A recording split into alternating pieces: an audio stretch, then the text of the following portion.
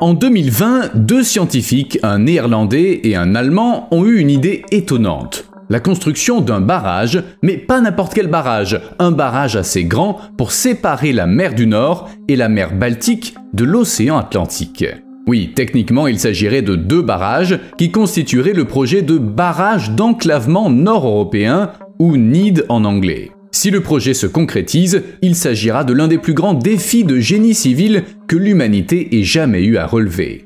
Imaginez, le but est de bloquer deux mers à la fois. À première vue, ça semble irréaliste, mais apparemment, la construction de ces barrages serait possible. Techniquement, la question est de savoir s'il faut le faire. Et que se passera-t-il si des milliards de tonnes d'eau de l'Atlantique ne peuvent plus se déverser dans la mer du Nord ? Pour tirer ça au clair, il va nous falloir une bonne tasse de café.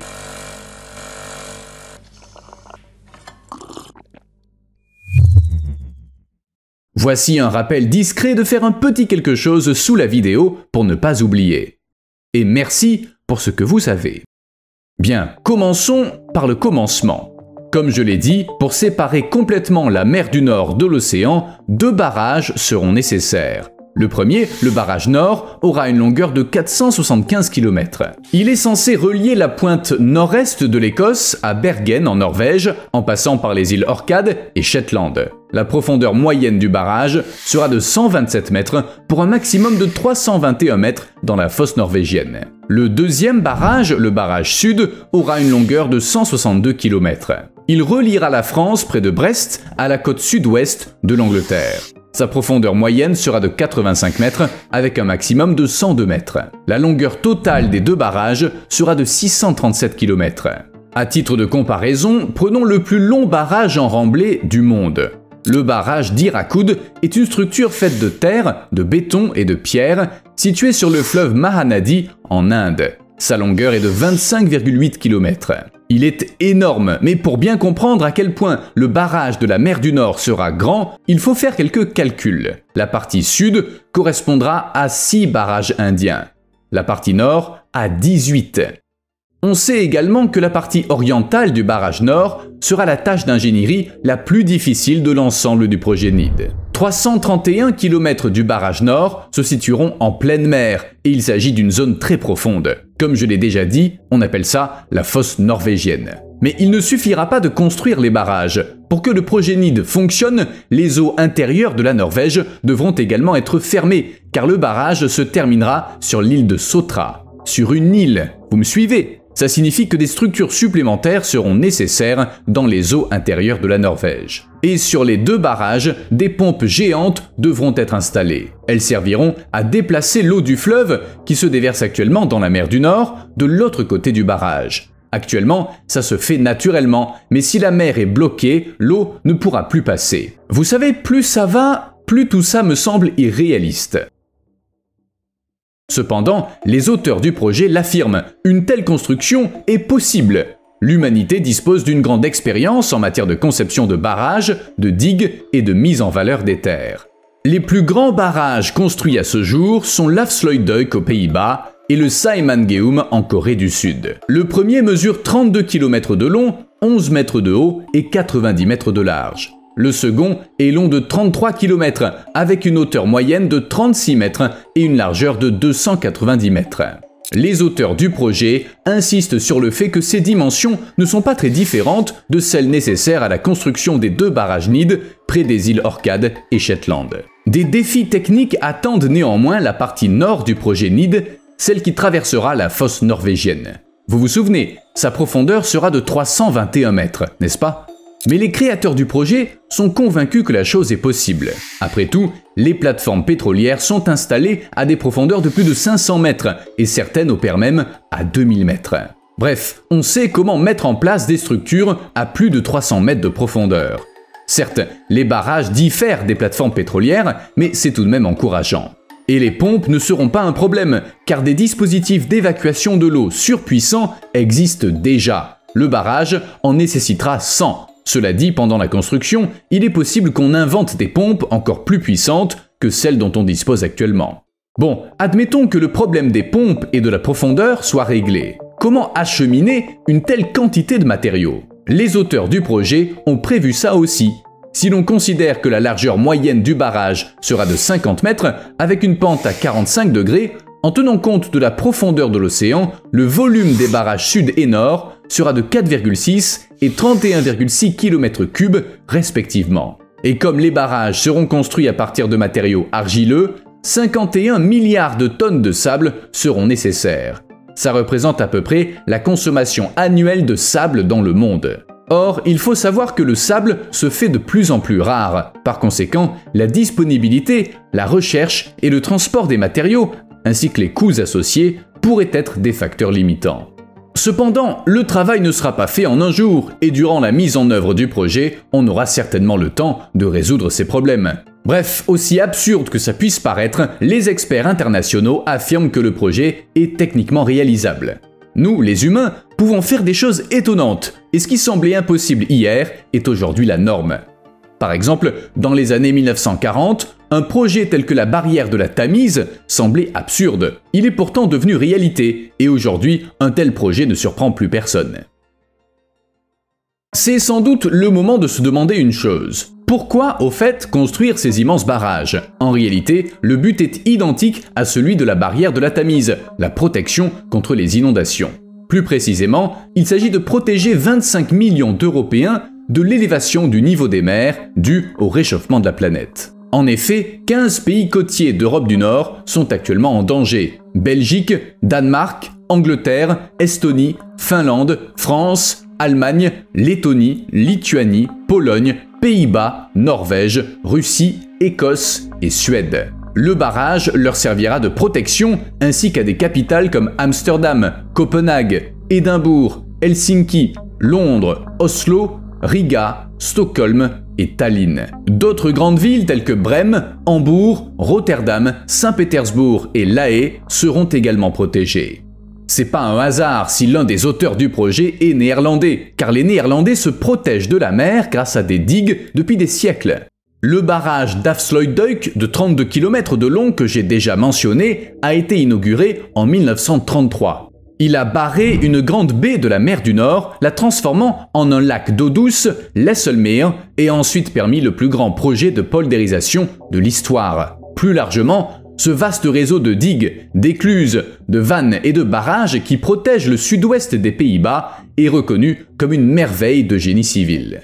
En bref, les Néerlandais savent comment s'y prendre, et on a grand besoin de penser à ériger des barrières maritimes, car le niveau de l'eau monte. La température moyenne mondiale actuelle est supérieure d'environ 1 degré Celsius à la moyenne pré-industrielle. Or, la situation ne fera qu'empirer. Toutes les prévisions indiquent que la température augmentera de 2,6 degrés à 3,1 degrés d'ici 2100. Et avec la température, l'eau montera à cause de la fonte des glaces. Le groupe intergouvernemental sur l'évolution du climat prévoit que le niveau des mers augmentera de 30 à 60 cm d'ici 2100, même si les engagements de l'accord de Paris sont respectés. Mais si les émissions se maintiennent au même niveau, le niveau augmentera de 84 cm d'ici 2100 et de 5,4 mètres d'ici 2300. Dans le pire des cas, l'eau pourrait monter de 10 mètres d'ici 2500. Si ça se produisait, les villes côtières seraient tout simplement submergées.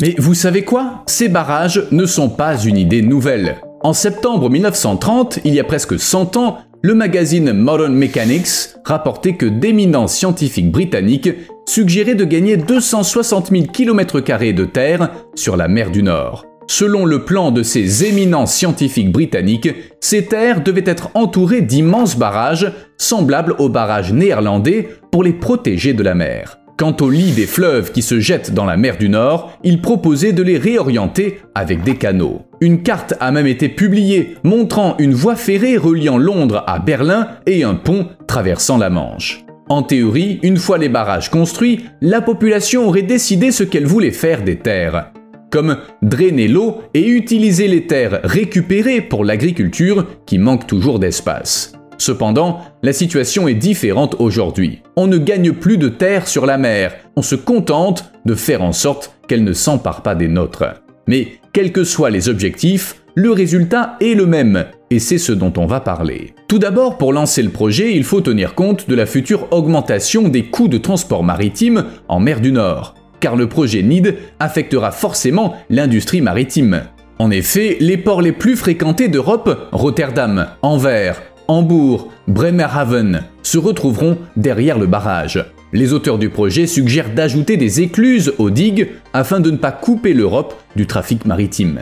Autre solution, construire des ports de l'autre côté du barrage pour transférer les marchandises des navires vers des trains ou d'autres bateaux. Mais ça ralentirait énormément le trafic, et ce n'est qu'une partie du problème. Le barrage sud bloquera la Manche, la voie maritime la plus fréquentée du monde, utilisée pour les liaisons entre le Royaume-Uni et l'Europe et entre la mer du Nord et l'Atlantique. Plus de 500 navires y passent chaque jour. Pour vous donner une idée, seuls 35 à 40 navires empruntent le canal de Panama quotidiennement.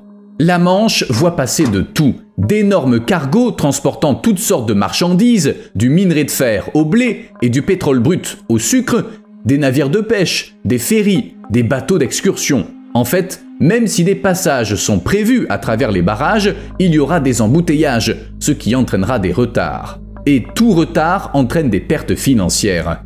Le canal de Panama est l'exemple parfait de ce qui pourrait se passer. Comme je l'ai dit, 35 à 40 navires y passent chaque jour. Quant au canal de Suez, il voit passer 56 navires par jour. Dans les deux cas, on est très loin de 500 navires quotidiens. En plus, il y aura 2 barrages, même si celui du Nord se trouve sur l'itinéraire le moins fréquenté. D'un autre côté, barrage ou non, les pertes seront élevées. L'élévation du niveau de la mer va obliger les ports à se déplacer ou à améliorer leurs mesures de protection. De plus, il y aura des conséquences encore plus graves pour la nature. La construction des barrages perturbera la circulation de l'eau entre les océans et les mers dont le monde entier dépend.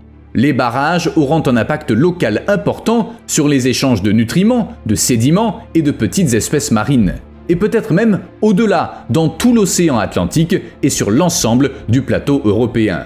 La circulation atmosphérique et les précipitations seront sans doute affectées. Certaines espèces comme le saumon, la truite de mer et l'anguille doivent constamment migrer entre la mer et l'eau douce. Elles passent normalement par la mer du Nord, mais les barrages empêcheront leur migration.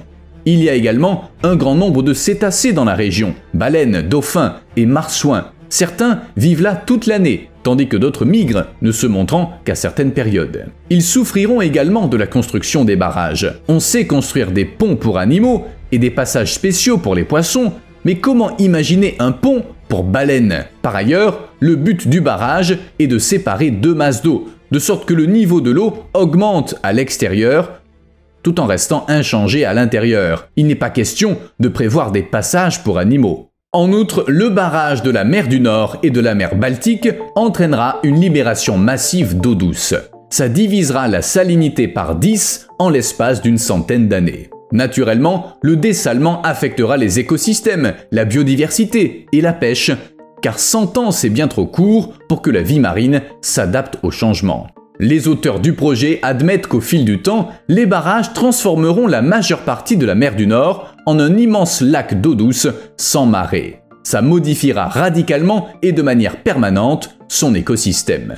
En partie car les mouvements de l'eau dans un bassin peu profond fournissent une grande quantité de nutriments. Ces nutriments sont essentiels pour les formes les plus simples de la vie marine, qui constituent la base de la chaîne alimentaire. À son tour, l'abondance du plancton favorise la diversité et l'abondance de poissons à valeur commerciale. Les principaux pays de pêche sont la Norvège, le Danemark, le Royaume-Uni et les Pays-Bas. C'est eux qui souffriront le plus. Aujourd'hui, 6600 navires de pêche opèrent en mer du Nord. En moyenne, ils pêchent 2,3 millions de tonnes de poissons par an. Si leur activité prend fin, le monde sera confronté à une pénurie alimentaire. Sans parler de la perte d'emploi, de l'effondrement d'une industrie et de la perte d'un héritage culturel. Les gens pêchent depuis des dizaines d'années, voire des générations, et pour beaucoup, ça fait partie de leur identité. Attendez une minute, qu'en est-il du coût? Sur la base des projets existants, les auteurs estiment le coût de la construction du barrage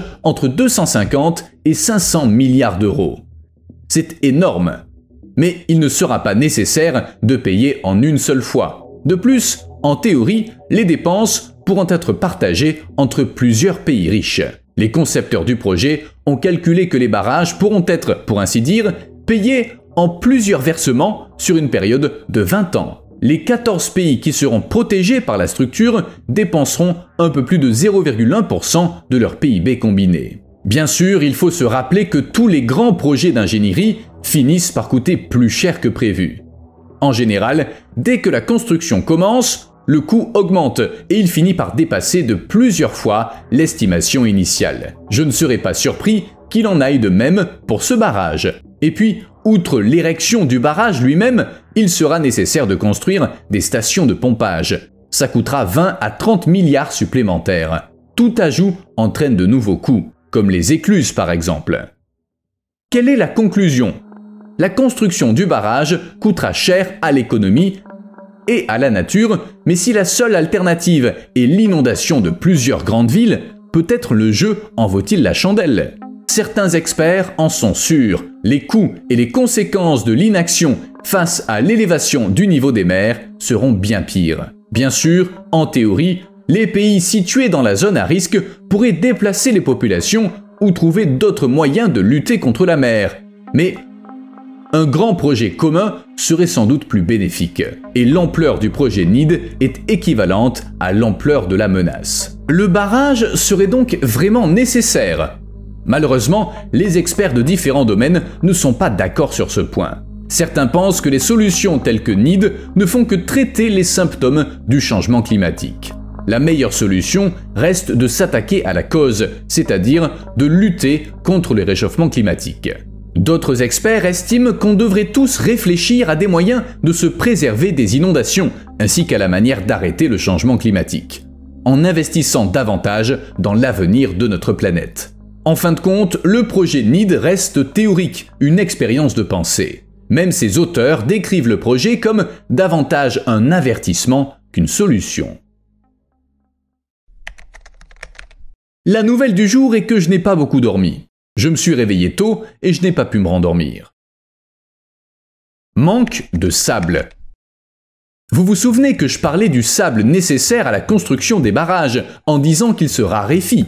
En fait, les réserves sont même en train de s'épuiser. Ça m'a surpris d'apprendre ça, et ça vaut la peine de se pencher sur la question. Tout commence par le fait qu'il s'agit de la principale matière première utilisée pour construire les villes modernes. Le béton dont on fait les maisons et l'asphalte utilisé pour le revêtement des routes sont constitués de sable et de gravier.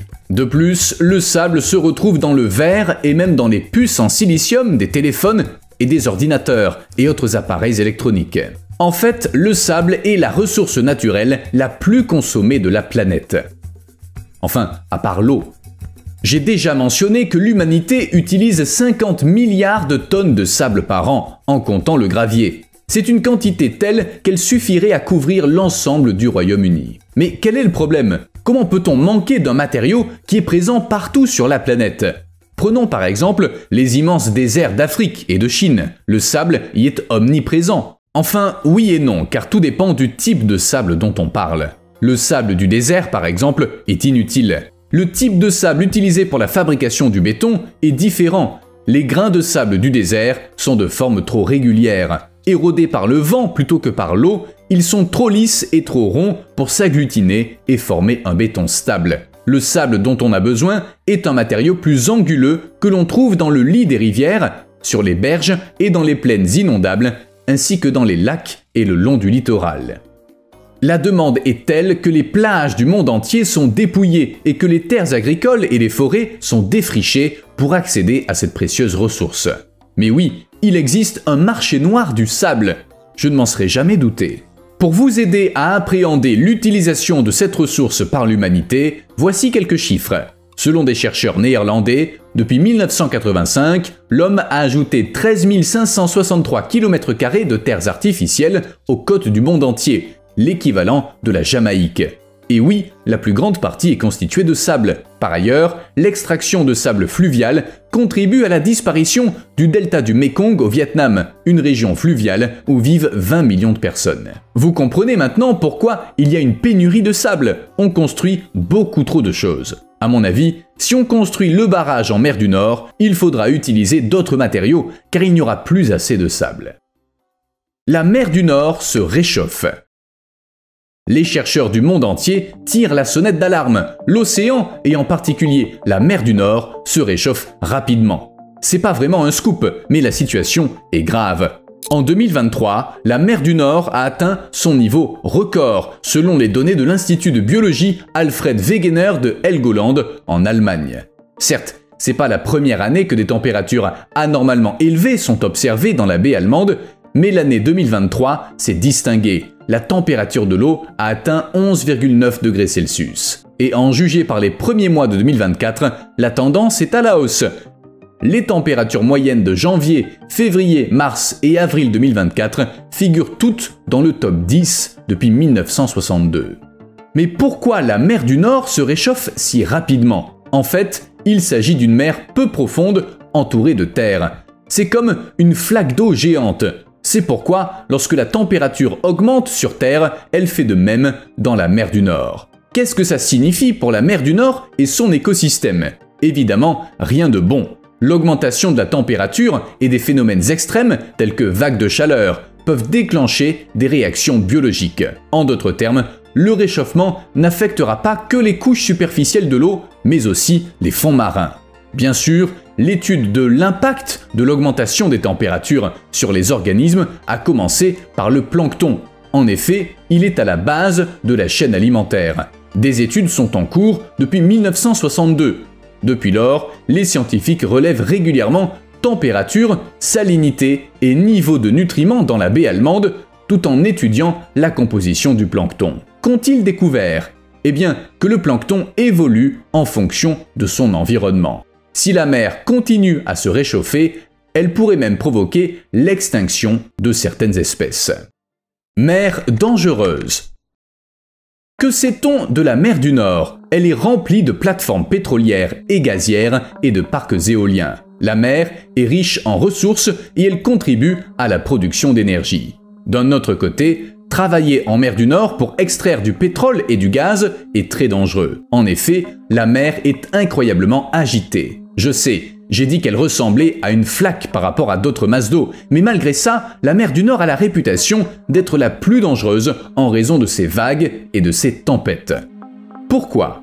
Eh bien, elle est peu profonde, avec une profondeur d'environ 30 mètres dans la partie méridionale. Parfois, lors de tempêtes, de grosses vagues soulèvent le sable du fond et le projettent sur les navires, ce qui peut les déstabiliser et même les faire couler. Ces naufrages, à leur tour, mènent à un amoncellement de navires au fond de la mer, ce qui constitue un danger pour les autres navires. La côte ouest du Jutland, la péninsule qui englobe le Danemark et une partie de l'Allemagne, est célèbre pour le nombre de navires qui y ont fait naufrage. En raison de l'absence de port naturel où les navires peuvent s'abriter, l'endroit a longtemps été connu sous le nom de côte de fer. Oh, j'ai failli oublier les vagues, elles ont une courte période. En d'autres termes, elles se succèdent rapidement et elles peuvent pousser un navire comme un bouchon de liège. Certes, ces vagues ne sont pas très hautes, à peine 2 mètres, mais elles sont capables de faire chavirer un navire. Les résultats d'une simulation montrent toutefois une chose curieuse. La mer du Nord devrait devenir plus calme suite au changement climatique. Cependant, la même simulation suggère également que les tempêtes pourraient devenir encore plus fortes à l'avenir. Je sais pas comment les Néerlandais vont pouvoir construire un barrage aussi titanesque dans ces conditions. Vous me devez un like. À plus.